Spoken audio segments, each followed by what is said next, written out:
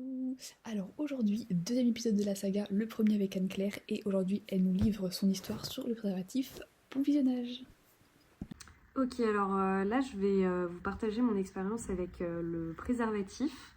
Moi ça s'est passé en deux périodes de vie. La première période où j'ai eu affaire au préservatif, ça a été pour ma première fois ou simplement mes premières relations sexuelles. Euh, Concrètement, c'était la meilleure option contraceptive parce qu'elle permettait de contrôler tout ce qui était fertilité, naissance, fécondité, tout ça. Et aussi les MST, les IST. Et en fait, c'était le contraceptif qui, pour moi, rassemblait la plus grande protection. Et ça me paraissait être une évidence d'utiliser ce contraceptif-là. Ensuite, j'ai par la suite subi des mésaventures avec le préservatif parce que malheureusement j'ai eu un de mes copains qui ne savait pas vraiment mettre un préservatif, ce qui a impliqué que le préservatif a cassé à plusieurs reprises. Et malheureusement, quand un préservatif craque, ça peut nous mener à des situations où on peut être obligé de prendre une pilule du lendemain, une pilule d'urgence. Par la suite, pour moi avoir un peu plus de contrôle, j'ai décidé de tester la contraception hormonale, mais je suis retournée au préservatif maintenant depuis 2 ans et demi, 3 ans, avec mon copain actuel. Ça a été un sujet qui est venu assez naturellement, parce que simplement mon copain voyait que je galérais à trouver une contraception, à trouver une pilule contraceptive qui me convenait. J'avais une gynécologue qui selon moi n'était pas très à l'écoute de mes besoins et de mes attentes.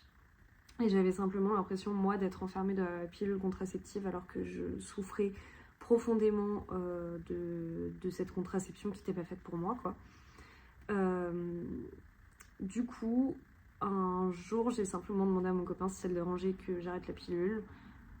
Il m'a un peu regardé en rigolant en me demandant en me disant que c'était pas à lui de le décider et que c'était mon corps et mes décisions.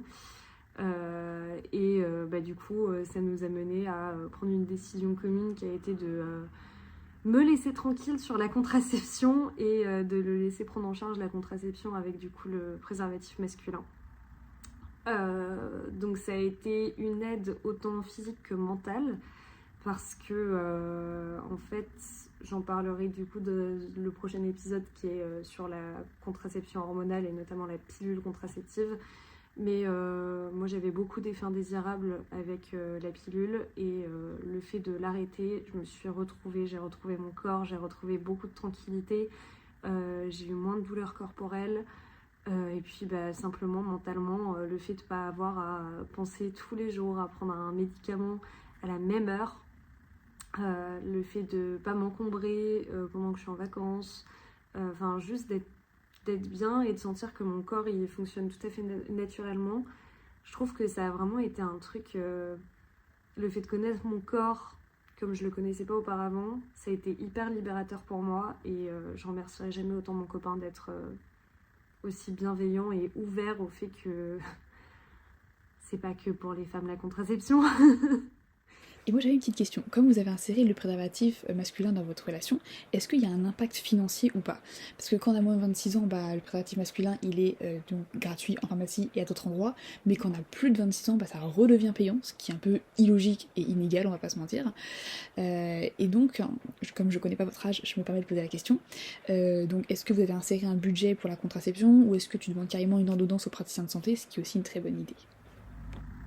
Ensuite, dans un impact plutôt économique, pour le moment, on n'a pas ressenti d'impact. Enfin, si, moi, du coup, j'ai ressenti un impact positif parce que j'ai pu tester des pilules contraceptives qui étaient payantes. Là, vu que j'ai moins de 26 ans, le préservatif est remboursé depuis 2023, janvier 2023, si je ne dis pas de bêtises. Ou 2024, je ne sais plus. Bref. En tout cas, il est remboursé depuis pas très très longtemps. Et puis de toute façon, je demandais des ordonnances moi à mes médecins gynécologues pour avoir des préservatifs. Donc je n'ai jamais payé de préservatifs et j'ai toujours eu des préservatifs en pharmacie qui sont des bons préservatifs. À l'heure actuelle, on n'a pas d'impact économique et c'est hyper positif de se dire qu'on n'a pas de charges financières sur notre contraception et on est tous les deux hyper à l'aise avec ça.